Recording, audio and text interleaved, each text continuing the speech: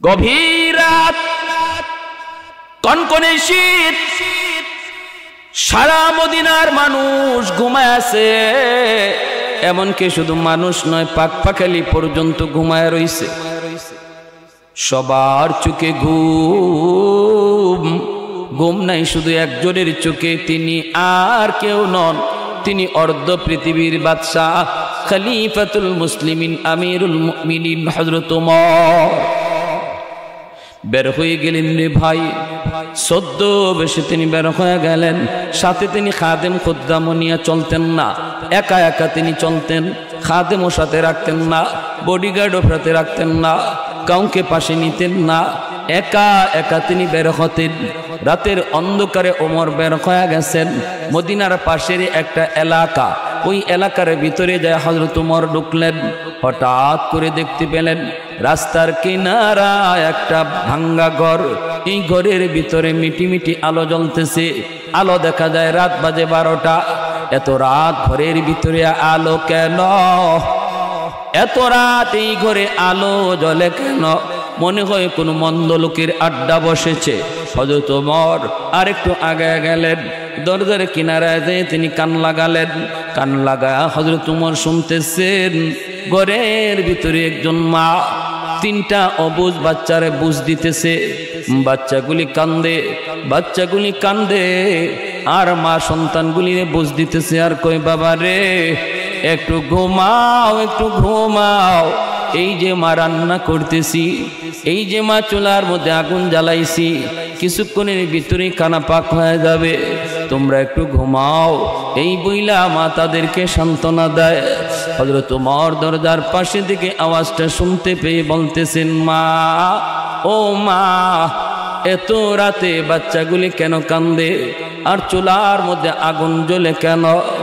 এই বলতেই মা মহিলায় আওয়াজ দেয়া কই, মুসাফির, মনে হয় তুমি রাস্তা ভুল করেছ। ওমর বলেন, না, আমি রাস্তা ভুল করি নাই, আমি সঠিক পথেই যাইতেছি। হঠাৎ দেখলাম ঘরের মধ্যে একটু আলো, বাচ্চাগুলির কান্না, এজন্য তোমাকে জিজ্ঞেস করি গো মা, বাচ্চাগুলি কেন কান্দে, কি জন্য কান্দে, আর চুলার মধ্যে আগুন জ্বলে কেন? মহিলায় কই, মুসাফির,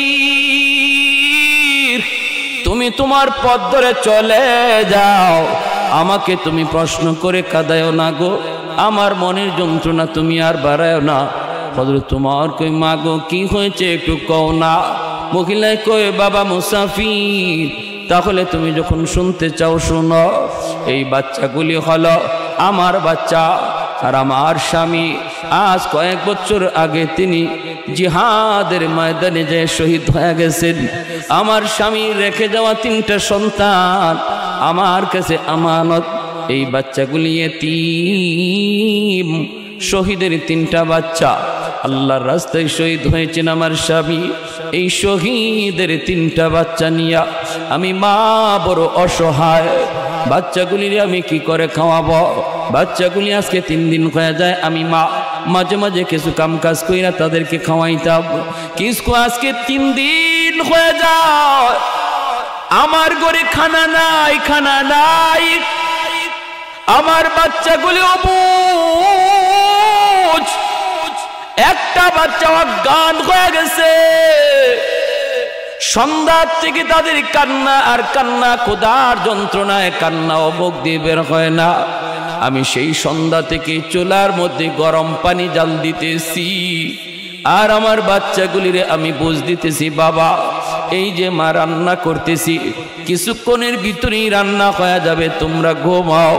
মূলত চুলার মধ্যে শুধু পানি আর কিছুই নাই। এই ডেগের মধ্যে, ডেকচের মধ্যে পানি ছাড়া কিছু নাই। আমি আমার স্বামীর 3টা অবুঝ বাচ্চার সাথে এরকম ভাবে ধোঁকাবাজি করতেছি, এছাড়া আমার আর কিছুই করার ছিল না। এ মুসাফির, মহিলা কান্দে আর কই, তুমি সাক্ষী থাকো, তুমি নিজে সাক্ষী থাকো। মদিনার শাসক ওমর আজকে একজন শহীদের 3টা বাচ্চা না খায়া মরার পথে, মরার পথে। আমার একটা বাচ্চার যদি কোনো ক্ষতি হয় রে মুসাফির, তুমি সাক্ষী দেখো, কিয়ামতের ময়দানে আমি আল্লাহর আদালতে উমরের গলায় গামছা লাগাইয়া টানবো। যেই মাত্র এই কথাটা ওমরের কানে আসলো, ওমরের পশমগুলো দাঁড়ায় গেল, চিন্তায় পড়ে গেলেন, কপাল ঘেমে গেছে ওমরের, আর শরীরে কাঁপ শুরু হয়ে গেছে। মালিক কয় কি? ও মালিক, আমি ওমর তো জানি না, জানার কথাও না। আল্লাহ এত বড় মামলা বুঝি আমার বিরুদ্ধে দাঁড়াইতেছে। এমনি হযরত ওমর দরজার পাশে থেকে আওয়াজ দিয়ে কই, মা গো, তুমি যে এত কষ্টে আছো, এই খবরটা তো তুমি ওমরকে দিতে পারতা। তিনি তো বাদশাহ, তিনি কেমন করে খবর নিবে? এত খবর তো ওনার পক্ষে নেওয়া সম্ভব না, তুমিও তো খবরটা দিতে পারতা। মহিলায় কই রে, মহিলায় ডাক দেয়া কই, মুসাফির, তুমি মনে হয় আমার নবীর হাদিস জানো না?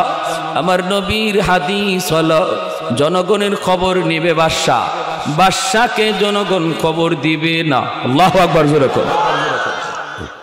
আমার নবীর হাদিস বাদশাকে খবর দিবে জনগণ, বিষয়টা এমন নয়। জনগণের হালত জানবে বাদশাহ, জনগণের কোথায় কি প্রয়োজন, কোথায় কোন সমস্যা, এই খবর নেবে বাদশাহ সরকার। সরকারকে খবর দেওয়া নবীর হাদিস নয়। তাহলে তো তুমি তো মনে করো নবীর হাদিসও জানো না। এই কথা বলতে হযরত ওমরের আরো কাঁপ শুরু হয়ে গেল। মহিলা তো জানতেন কোন মহিলা না, মহিলা তো আমার নবীর হাদিসও জানে। সাথে সাথে ওমর আর দেরি করলেন না, একটা দৌড় দিলেন, মা গো, ও মা, আমি দেখি তোমার একটু উপকার করতে পারি কিনা।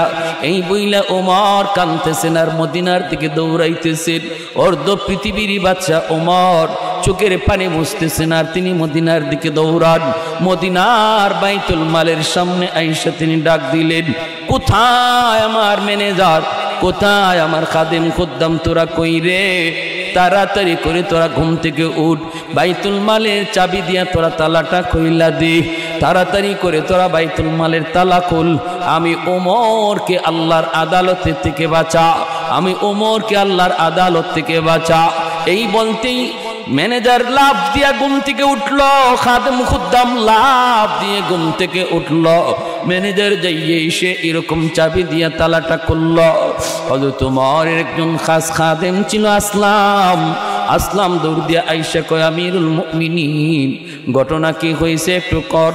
ওমর কয়, আসলাম, কথা কইস না, তাড়াতাড়ি একটা আটার বস্তা ওমরের মাথায় তোরা তুইলা দে। ওমরের মাথায় আটার বস্তা তুইলা দে। আসলাম কয়, আমিরুল মুমিনিন, আমার মাথায় আপনি বস্তাটা তুইলা দেন, আমি বস্তা নিয়ে যাই। হযরত ওমর কয়, সর, তোর মাথায় বস্তা দিলে ওমর আল্লাহর আদালত থেকে বাঁচতে পারবে না। তোর মাথায় বস্তা তুলে দিলে ওমর বাঁচবে না। আমার মাথায় বস্তা উঠায় দিলি আসলাম, আর দ্রুত করে তুই আমার ঘরে যা, যা দেখ নগদ কিছু রুটি আর গোশত আছে কিনা। যদি পাস, দ্রুত আমার পেছনে পেছনে দৌড়া। অর্ধ পৃথিবীর বাদশাহ খলিফাতুল মুসলিমিন আমিরুল মুমিনিন হযরত ওমর মাথার মধ্যে তিনি আটার বস্তা নিয়া ওই মদিনার বস্তির দিকে দৌড় শুরু করলেন। আর একটু জোরে কোন সুবহানাল্লাহ। फारूक तेरा नाम से इस्लाम रहेगा,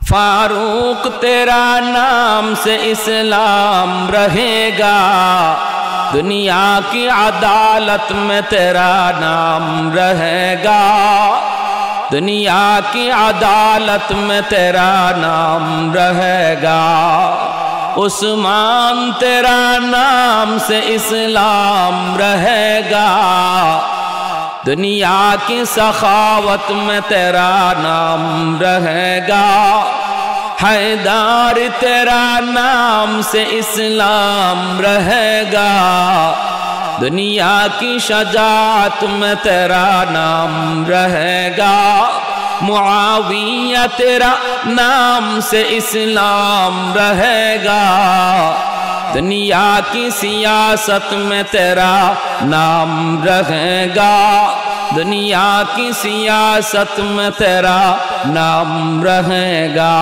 एक जोरे सोरे कोन अल्लाहु আকবার। मुसलमानेर आवाजे बोली अल्लाहु আকবার। भाईरा बंधुरा असुविधा হইতেছে আপনাদের, একটু জিকির করি লা ইলাহা ইল্লাল্লাহ জোরে।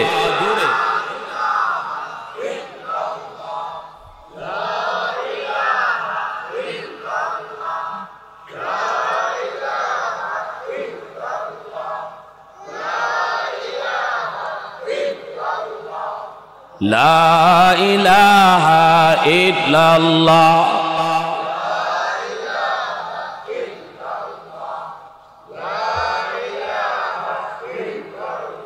ला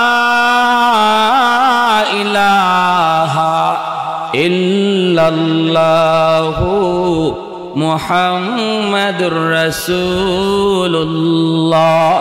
जुरे सुरे बोली सल्लल्लाहु अलैहि वसल्लम।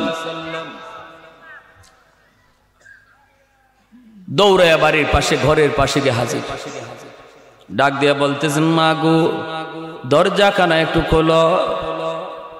দরজাটা খুলে দিয়া হযরত উমর ওই রুটি আর গোশতটা দিয়া বলতেছেন মা বাচ্চাগুলিকে তুমি নগদ রুটি আর গোশতটা খাওয়াও, আর একটা বস্তা আটা তোমার ঘরে রেখে গেলাম, যখনই মন চায় এখান থেকে আটা নিয়ে রুটি বানায় বাচ্চাগুলিরে খাওয়াও।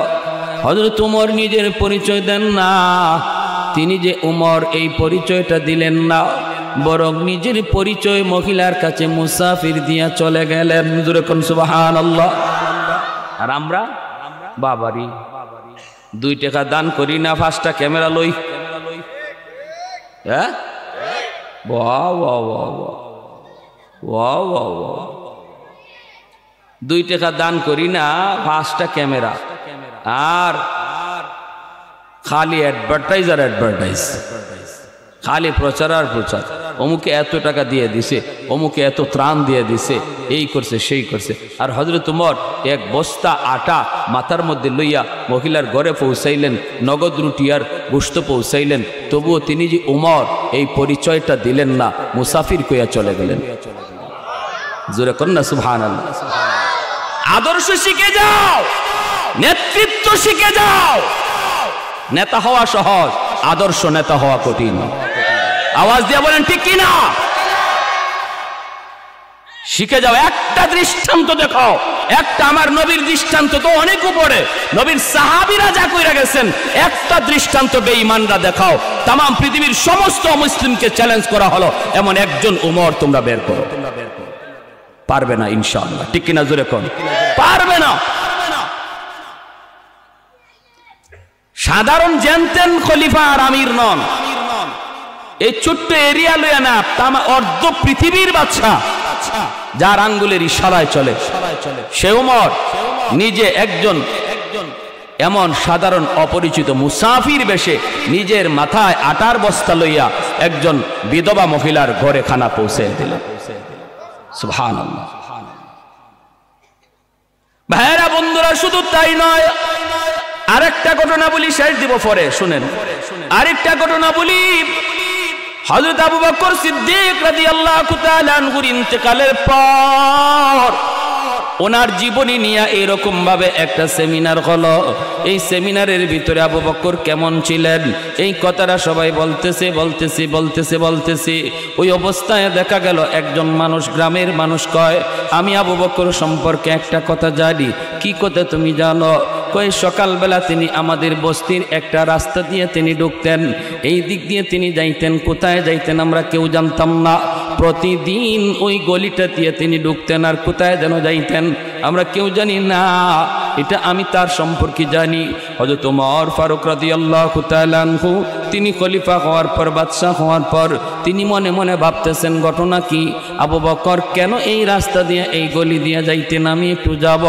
হযরত ওমর তিনিও এই গলিটা দিয়ে রাস্তা শুরু করলেন, হাঁটা শুরু করলেন। কিছু দূর যাবার পর তিনি দেখতে পেলেন রাস্তার মধ্যে দুর্গন্ধ, এত দুর্গন্ধ, এত দুর্গন্ধ। ওমর মনে মনে ভাবতেছেন এই রাস্তায় এত দুর্গন্ধ কেন, মানুষজন কেউ আসা যাওয়া করে না। ওমর তবু সামনের দিকে আগাইতেছেন। আবু বকর কেন এই রাস্তা দিয়ে তিনি যাইতেন, আমার একটু দেখতে হবে, দেখতে হবে। ওই অবস্থায় ওমর সামনের দিকে যখন আগায় দেখেন রাস্তার ড্রেনের পাশে একটা লোক পইরা আছে, একটা বুড়া মানুষ, চোখে দেখে না, সারা শরীরটা তার পচে গেছে, দুর্গন্ধ বের হয়, কুষ্ঠ রোগী। তার শরীরের পচা গন্ধের কারণে কেউ এই রাস্তা দিয়ে আয় না, যায় না। এই লোকটা এই রাস্তায় আসে বিদায় কেউ এই রাস্তা ব্যবহার করে না। হযরত আবু বকর তিনি যখন খলিফাতুল মুসলিমিন, তিনি এই রাস্তা দিয়ে তিনি যাইতেন। হযরত ওমর তিনি জানতে পারছেন আবু বকর হালুয়া নিয়ে যাইতেন। ওমর তিনি হালুয়া নিয়েই রওনা দিছেন। যাইতে যাইতে তিনি বুঝে গেলেন আবু বকর তো এই মানুষটার কাছেই তিনি আসতেন, যেই মানুষটা চোখে দেখে না, রাস্তার মধ্যে পইরা রইছে, রিজিকের কোনো ব্যবস্থা তার কেমনে হবে কেউ জানে না। আবু বকর খলিফাতুল মুসলিমিন হইয়া তিনি হালুয়া পাকাইয়া ওই কুষ্ঠ রোগীটারে নিজের হাতে হালুয়া খাওয়াইতেন। অর্ধ পৃথিবীর বাদশা ওমর তিনিও হালুয়া নিয়ে ওই মানুষটার কাছে যাইয়েই যেই মাত্র তারে হালুয়া দিতে চাইলেন, এমনি ওই অন্ধ লোকটা কুষ্ঠরোগী মানুষটাই কই, বাবা রে, আজকে একদিন 2 দিন পার হয়ে গেল, তুমি আসতেছো না, ঘটনা কি? ও বাবা, আমি তো পেটের ক্ষুধায় অস্থির হয়ে গেছি, আমি তো পেটের ক্ষুধায় অস্থির। হযরত আবু বকর তিনি তো ইন্তেকাল করেছেন, 2 দিন হয়ে গেছে। এই কুষ্ঠ রোগী জানে না, কেউ তারে খবরও দেয় না। সে মনে করছে আবু বকর তিনি আসছেন খানা নিয়া। হযরত ওমর নিজের পরিচয় দেন না। ওমরও বলতেছেন, বাবা উনি কয়েকদিন ব্যস্ত আছিলাম, ঝামেলা ছিল, এই জন্য আসতে পারি নাই, ঝামেলার কারণে আসতে পারি নাই। ঠিক আছে, আমি তোমার খানা খাওয়াইতেছি। এই বইলা যেই মাত্র তিনি হাতের মধ্যে হালুয়াটা নিয়ে তারে খাওয়াইবেন, যেই মাত্র হাতটা মাত্র মুখে দিছেন, এমনি লোকটা কয়, মিয়া তুমি আমার ওই প্রথম লোকটা না, তুমি আমার ওই লোক না, তুমি অন্য কেউ, তোমার পরিচয় দেও। কোথায় আমার সেই লোক, কোথায় আমার সেই বাবাজান, কোথায় আমার সেই বাবাজান, যেই বাবাজান আমারে খাওয়াইতো, তুমি সেই লোক না। হযরত ওমর কয়, কেমনে তুমি বুঝলা আমি সেই লোক না? কয়, কারণ হলো আমার বাবা প্রতিদিন আমারে খাওয়াইতো, হাত দিয়া না, হাত লাগাইলে পরে হাতটা আমার টুটে যখন লাগে, নখের কারণে আমার এই আক্রান্ত জায়গায় আমি ব্যথা পাইতাম। যেদিন আমি ব্যথা পাইছিলাম, এরপর থেকে সে আর হাত দিয়া খাওয়াইতো না, বরং সে মুখের মধ্যে হালুয়া লইয়া এই মুখ দিয়ে আমাকে আমার মুখে তুলায়া তুলায়া দিত। তুমি আমার সেই লোক না। ওমর সাথে সাথে চোখের পানি জড়াই আল্লাহর কদমে সেজদায় পড়ে গেলেন। ওমর কান্দের কই, মালিক আমি তোমার আবু বকরের মতো হতে পারবো না, জিন্দেগি দিয়া দিল আমি আবু বকরের দ্বারে কাছে যাইতে পারবো না। হযরত ওমর কান্দের কই, মালিক তুমি আমার নবীর সাহাবী আবু বকর রে কোন মাটি দিয়া বানাইছো গো? খলিফাতুল মুসলিমিন কইয়া নিজের মুখে হালুয়া লইয়া কুষ্ঠ রোগীরে খাওয়ায়া যায়। হযরত ওমর নিজের পরিচয় দিয়া কই, বাবা তোমার সন্তান যে তোমার এতদিন খাওয়াইছে জানোনি সে কে? কই, বাবা আমারে কোনোদিন পরিচয় দেয় নাই। আমি প্রতিদিন বলছি, বাবা তুমি কেডা আমারে একটু কও, একদিনও নিজের পরিচয় দেয় না। হযরত ওমর কই, তিনি আর কেউ নন, তিনি ছিলেন মদিনার বাদশা, যার নাম আবু বকর। আজ 2 দিন হয় তিনি দুনিয়ার জগৎ ছেড়ে চলে গেছে। কই, তুমি কেডা? কই, আমি ওমর। ভাইরা বন্ধুরা, এমনি লোকটা কয়, বাবা ওমর। আবু বকর আমারে কোনোদিন নিজের পরিচয় দিল না। আমি কিন্তু মুসলমান না, আমি একজন ইহুদি, কিন্তু আমার মনে মনে তামান্না ছিল আমি আবু বকরের হাত ধরে কালেমা পড়ে মুসলমান হব। আজকে সেই সুযোগটা তো পাইলাম না। তুমি উমর হাতটা বাড়ায় দাও।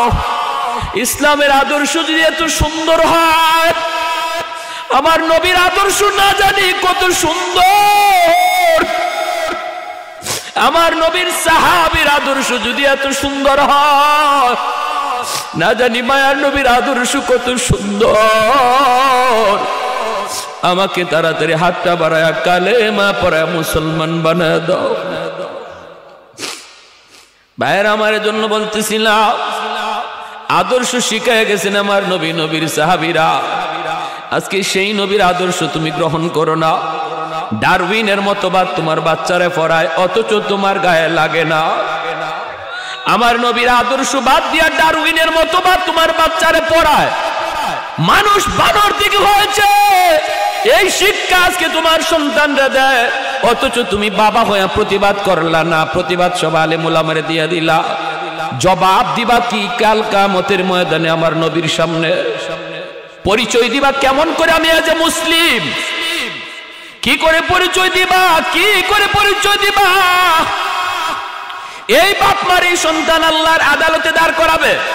এই বাপ মার এই সন্তান আল্লাহর আদালতে দাঁড় করায় কইব, আল্লাহ আমার বাপরে ডাকো, মারে ডাকো। কি পড়াইছে আমারে, কি শিখাইছে? যা শিক্ষার কারণে আজ আমি ইসলাম থেকে দূরে সরে গেলাম।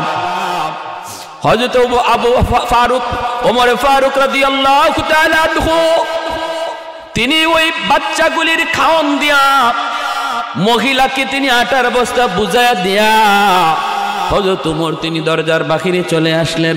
বাচ্চাগুলি মনের আনন্দে হাসতেছে, আনন্দ করতেছে। আর বাচ্চাগুলি কইতেছে, আম্মা মনে হয় মুসাফির, মুসাফির না, মনে হয় মুসাফির বেশি আল্লাহ ফেরেশতা পাঠাইছে। আল্লাহু আকবার। মুসাফির বেটে আল্লাহ মনে হয় ফেরেশতা পাঠাইছে। মাও খুশি, বাচ্চাগুলাও খুশি। ওই অবস্থায় সবাই আনন্দে বাচ্চাগুলি খানা খায়। হযরত ওমর দরজার পাশে দাঁড়াইয়া কান লাগায় লাগায় তিনি শুনতেছেন। আসলাম ওনার খাদেম কয়, হযরত ওগো আমিরুল মুমিনিন, ওই যে দেখা যায় কিছুক্ষণ পরেই ফজরের আজান হয়ে যাবে।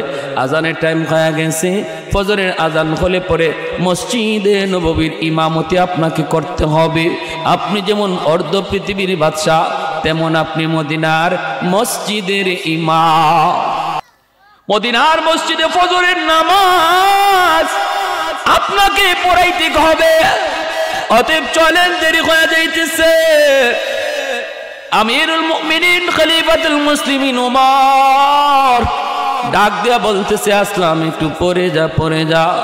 আমার চোখের পানি এখনো বন্ধ হয় নাই রে।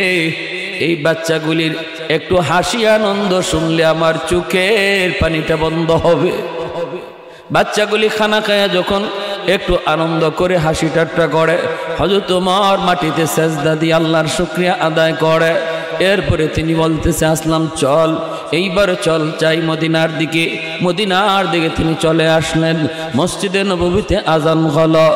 আমিরুল মুমিনিন খলিফাতুল মুসলিমিন হযরত ওমর তিনি হলেন মদিনার মসজিদের ইমাম। ইমামতির মুসল্লায় তিনি দাঁড়ায় গেলেন। বাইরা বন্ধুরা নামাজ শেষ করলেন। মিম্বরে বসে ওমর ডাক দিয়া কয়, ও মদিনার মুসল্লিরা রে, যে যেখানে আসো বসা থাকো, কেউ তোমরা উঠবা না। আজকে তোমাদের সামনে একটা বিচার হবে। বিচার, জঘন্যতম একজন অপরাধীর বিচার হবে, তোমাদের সামনে হবে। কেউ তোমরা যাইবা না। সাহাবায়ে কেরাম মনে মনে ভাবতেছেন, আজ রাত ওমর কোথায় জানি কোন অপরাধ দেখে আসছে। জঘন্যতম অপরাধীর বিচার আজকে ওমরের আদালতে হবে। না জানি কোথায় সে রাতের বেলা কি দেখছে।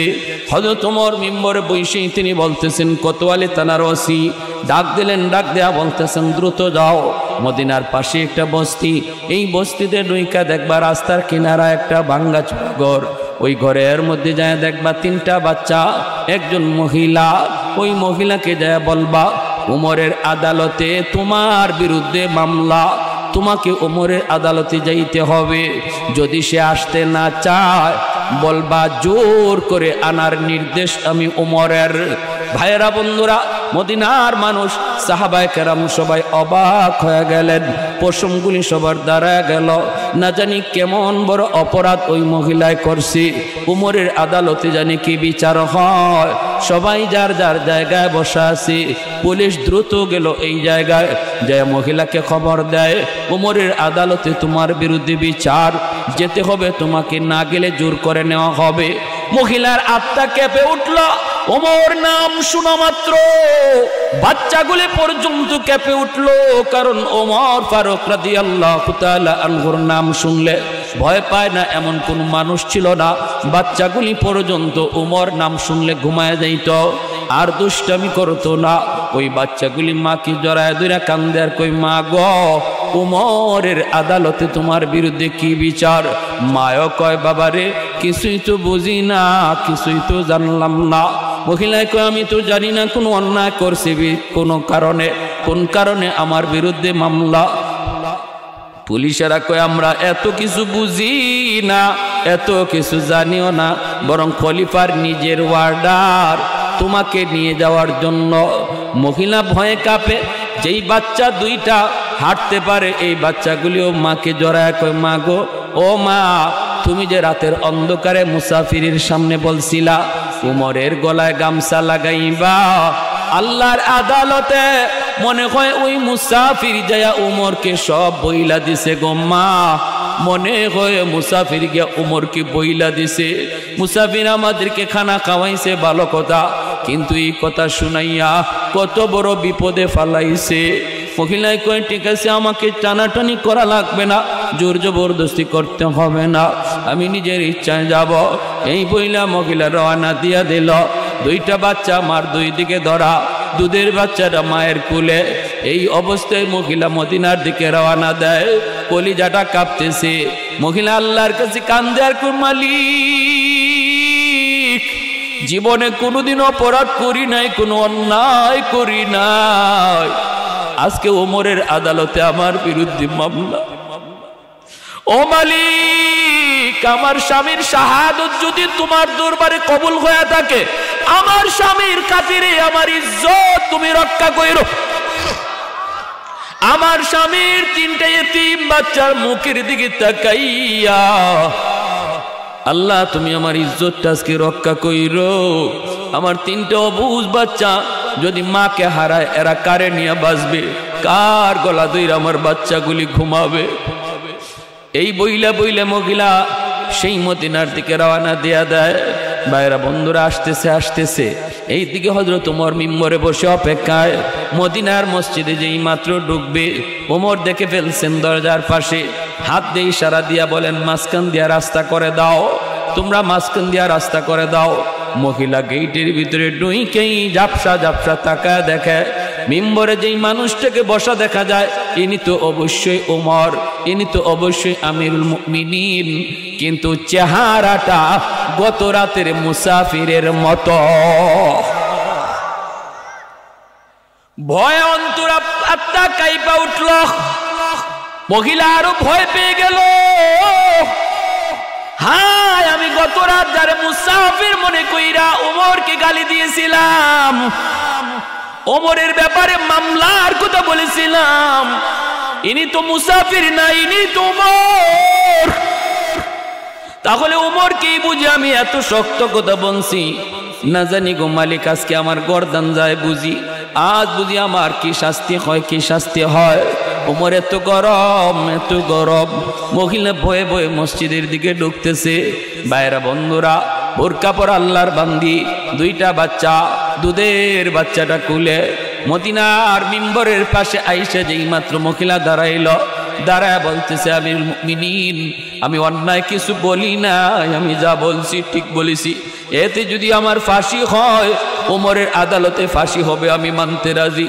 এই বলতেই হযরত ওমর তিনি মিম্বর থেকে দাঁড়ায়া গলার মধ্যে গামছাটা লাগাইয়া, গামছা দিয়ে নিজের গলাটারে বান্ধা, এই গামছার আরেকটা মাথা ওই মহিলার হাত ধরায় দিয়া কাঁদতেছেন ওমর, আর বলতেছেন, মা, তুমি ওমরের গলায় গামছা লাগাইয়া দুনিয়ার জমিনের এই পাশ ওই পাশ তুমি ঘোরাও, আমার বাধা নাই, তবু আল্লাহর আদালতে গামছা লাগাইও না।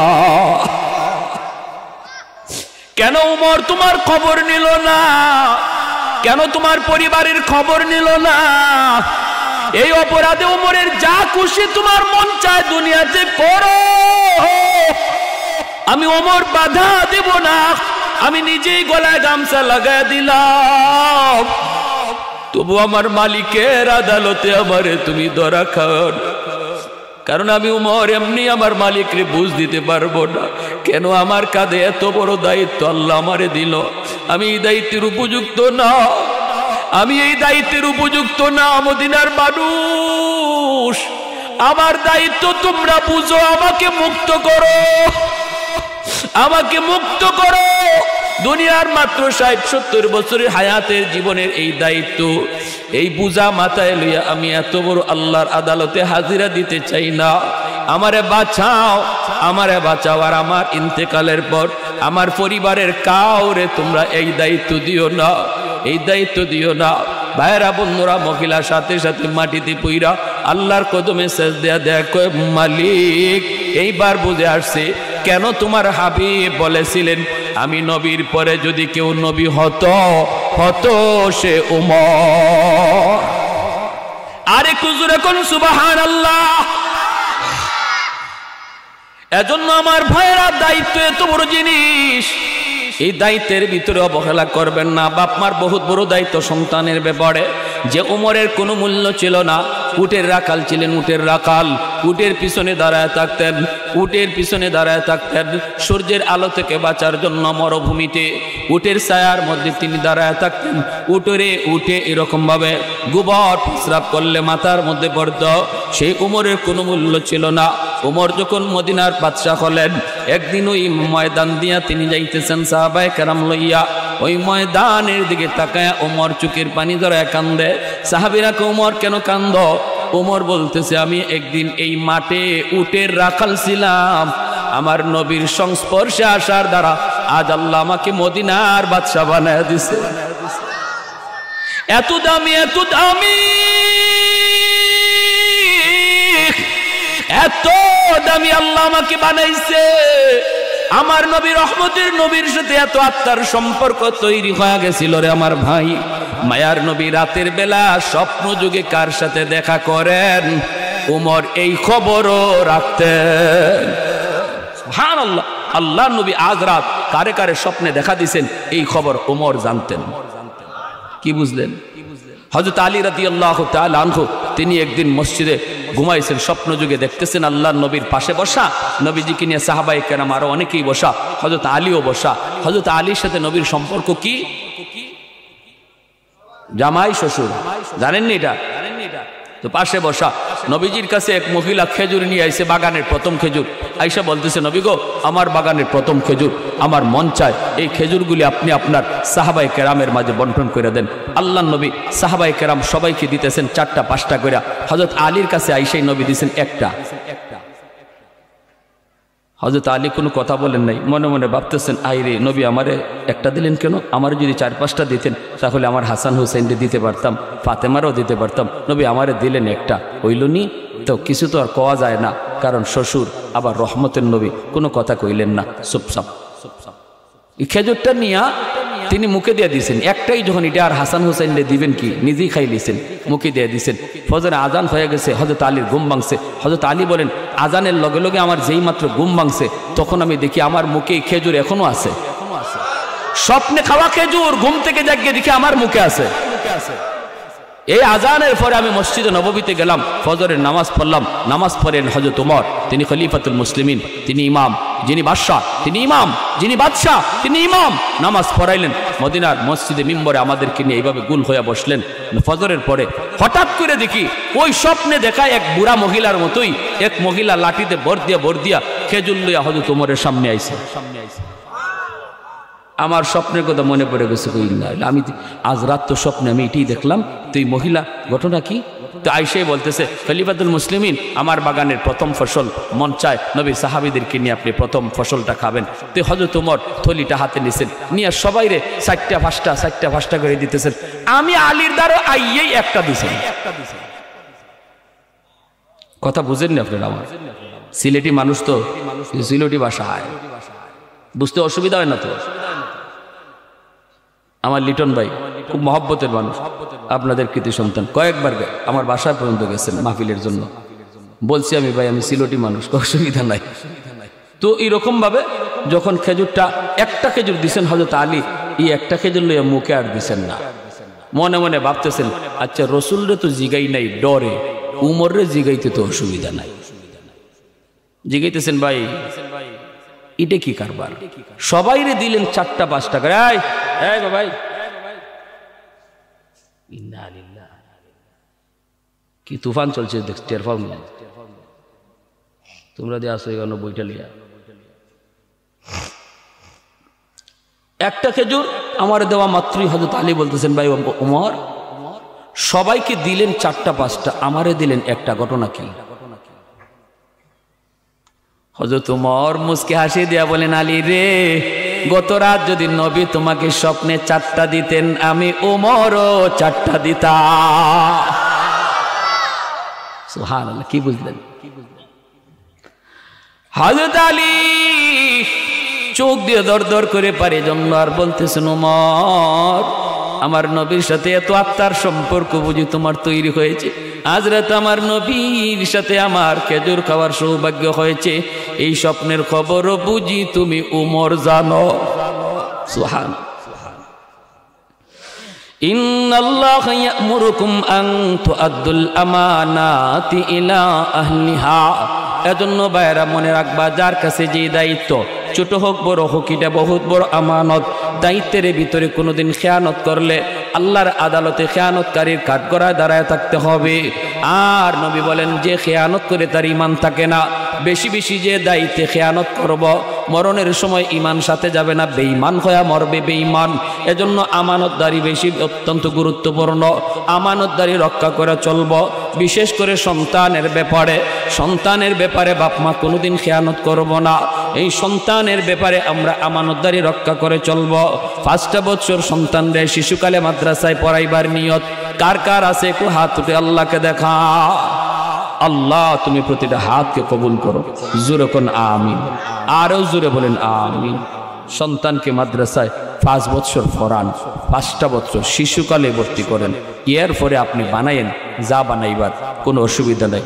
আর যদি আলেম হাফেজ বানাইবার নিয়ত করতে পারেন তাহলে তো নূরুন আলা নূর, ঠিক না ভাই? নূরুন আলা নূর। সন্তান কি সন্তানের হাতের কামাই আমার খাইতে হবে এই চিন্তাটা বাদ দিয়া দেন। মনে করেন যে সন্তানকে আমি একটা দুনিয়াতে আমার একটা সম্পদ রেখে গেলাম, আখেরাতের পুঁজি, ঠিক না? আখেরাতের পুঁজি বানায়া যান। যদি হাফেজে কোরআন বানান, আলেমে দ্বীন বানান, হাসরের মাঠে আল্লাহ বলবো কই আমার কোরআনের হাফেজের বাপ মা? হাসরবাসী নবীর বাবারাও পরিচয় দিবে, এরপরও আল্লাহ নিজের হাতে মুকুট পরাবে না, কিন্তু একজন হাফেজে কোরআন আলেমের বাপ মার মাথায় আল্লাহ নিজের হাতে মুকুট পরায় দেবে। মান কারাআল কুরআন ওয়া আমিলা বিমা ফিহি উলবিসা ওয়ালিদাহু তাজান ইয়াউমাল কিয়ামা দাউহু আহসানু মিন দাউই শামস। ধন্য ওই বাবা, ধন্য ওই মা যেই বাপ মার সন্তান হাফেজ কোরআন হয়েছে, আলেমে দ্বীন হয়েছে। হাসরবাসী দেখবে আল্লাহ কারে যেন খুঁজতেছে। যখনই আল্লাহ হাফেজ কোরআনের মা আর বাবারে পাবে তখনই আল্লাহ নিজের হাতে মুকুটটা পরাইয়া দেবে। হাসরবাসী অবাক হবে। দুনিয়াতে আপনাকে মানুষ নাম ধরে ডাক দেয় নেই, যেহেতু হাফেজ কোরআনের বাবা ডাক দিছে ও হাফেজ সাহেবের আব্বা, ও মুফতি সাহেবের মা। হাসরের মাঠে আল্লাহ হাফেজ কোরআনের আলেমে দ্বীনের বাপ মারের নাম ধরে ডাক দিবে না, ও আব্দুর রহিম আব্দুল করিমকে ডাক দিবে না। আল্লাহ বলবে দুনিয়াতে মানুষ তোমার হাফেজ সাহেবের আব্বা কইছে, আমি আল্লাহ হাসরের মাঠে তোমার হাফেজ সাহেবের আব্বা কইয়ে ডাক দেব। হাফেজ কোরআনের আব্বা কই আল্লাহ ডাক দিব, নাম ধরে আল্লাহ ডাক দিবে না। এতটা ইজ্জত, এতটা সম্মান দিবে একজন আলেমের বাপ মাকে। তাহলে নিয়ত করতে কোনো অসুবিধা আছে? অসুবিধা আছে? সন্তানকে আপনি সম্পদ দিয়া যান, বাবা তোমার টাকা কামাই করার কোনো টেনশন করা লাগবে না, আমি বাবা হালাল পথে কামাই করে দিয়া গেলাম, তুমি শুধু কোরআন পড়ো, তুমি শুধু আল্লাহকে চিনো, তুমি শুধু হাদিস পড়ো, জগতের বিখ্যাত মুহাদ্দিস হও, জগতের বিখ্যাত মুফাসসির হও, মুখটা ফুলায়া বলতে পারবো আল্লাহ আমি কোরআনের হাফেজের বাবা। পারি না এই নিয়তটা করতাম ইনশাল্লাহ। কারা কারা নিয়ত করতে পারি একটু হাত তুলে দেখান। আল্লাহ তুমি প্রতিটা হাত কবুল করো। যারা পারবো না, যারা দাদা হওয়ার সুযোগ আছে, হাফেজ সাহেবের নানা হওয়ার সুযোগ আছে, আমরা হাফেজে কোরআনের দাদা হওয়ার নিয়ত করব, হাফেজে কোরআনের নানা হওয়ার নিয়ত করব ইনশাআল্লাহ। আল্লাহ তৌফিক দান করুন।